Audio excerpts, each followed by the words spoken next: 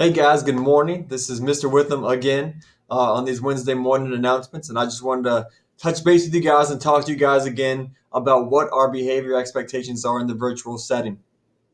If you are, if you went to Tab Middle School last year, then you saw the Roar Matrix up all over the halls.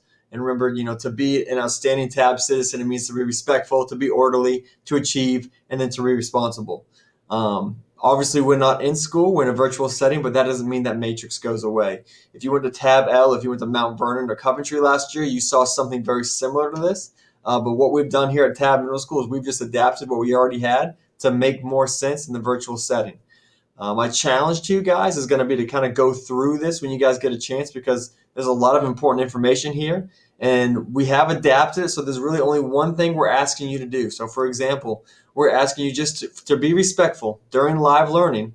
We're asking you to only use the chat feature to ask questions regarding the lesson.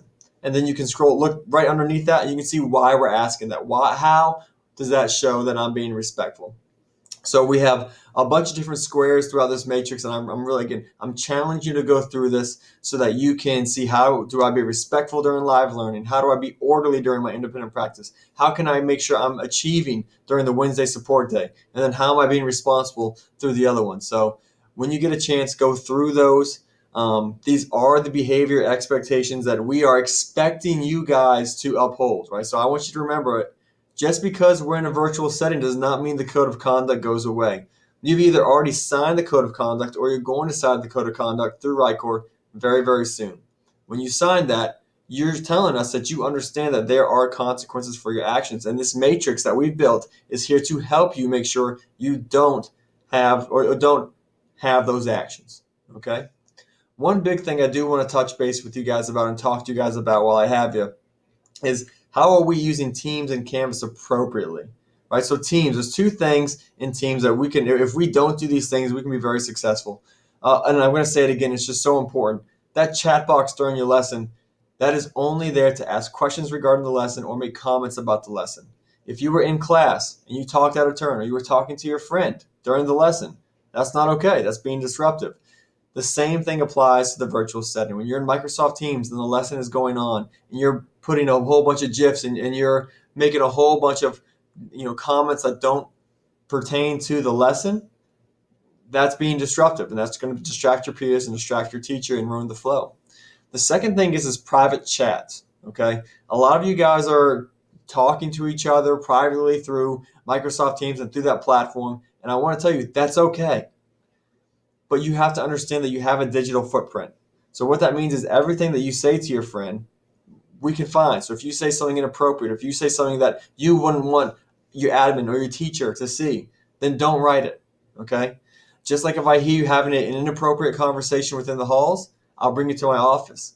If I see you having an inappropriate conversation through Teams, we'll have a chat and there will be consequences based on what you had said.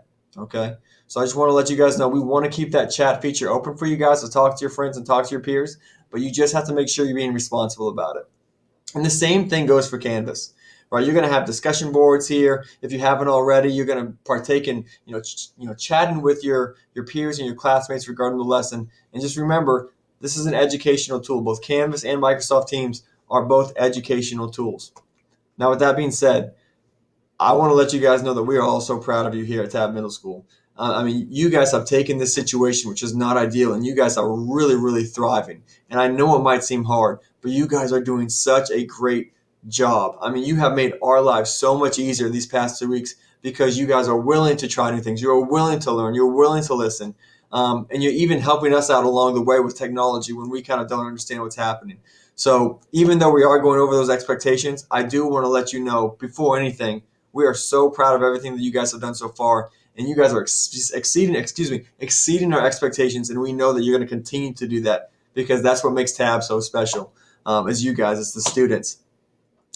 The last thing, real quick, is on your Microsoft Teams, try to have a professional photo, just a headshot. You don't have to go get real professional photos, but we don't want to see cartoon characters or someone that's not you as your profile picture. So your two options are a picture of you or a default picture, which is just your initials. Thank you guys. I appreciate you guys. You're doing a great job, and I can't wait to see what you guys continue to do.